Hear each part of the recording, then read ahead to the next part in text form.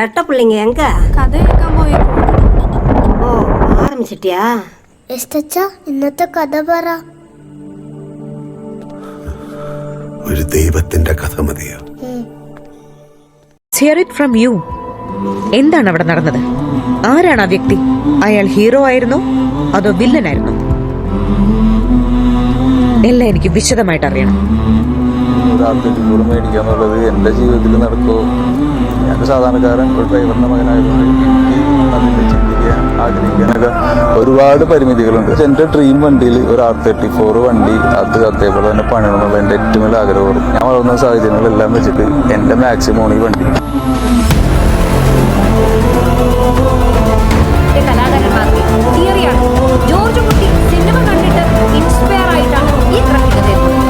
സത്യത്തിൽ ജോർജ് കുട്ടി ഇൻസ്പയർ ആയതല്ല, പോലീസാണ് ഇവിടെ ഇൻസ്പയർ ആയത്.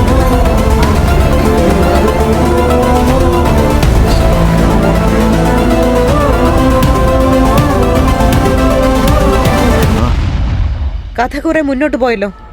എത്ര മുന്നോട്ട്? ഒരുപാട് മുന്നോട്ട് പോയി. ഒരു നാൾ പിടിക്കപ്പെട്ടു. ഹലോ,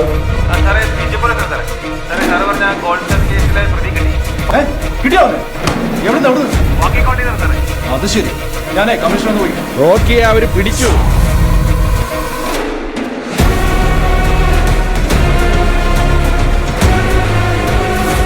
നിങ്ങളുടെ ഹീറോ തോറ്റെന്നാണ്?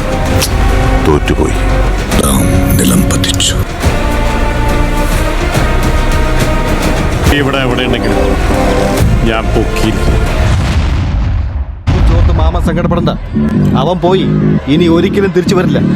അല്ലടാ, റോക്കിയെ കുറിച്ച് ഓർത്ത് എനിക്ക് സങ്കടമൊന്നുമില്ല. അവന്റെ കാര്യങ്ങളെല്ലാം അവർക്ക് അറിയാവുന്നതല്ലേ. എങ്ങോട്ട് പോകുന്നു? പുറപ്പെട്ടു, പക്ഷെ പോകുന്ന വഴിയേതെന്ന് അവനറിയില്ല. എത്തേണ്ട സ്ഥലത്തെക്കുറിച്ചും അറിയില്ല. ഇതാണ് ആദ്യത്തെ അധ്യായം. കഥ ഇനിയാണ് ആരംഭിക്കുന്നത്.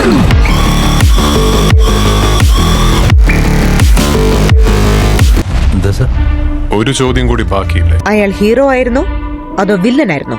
നിങ്ങളെ കാണുമ്പോൾ ഞങ്ങൾക്ക് അങ്ങനെ തോന്നുന്നു. ഹീറോ ആണോ? അല്ല, വില്ലൻ. ഒരാൾക്ക് വിവാഹമുണ്ട്.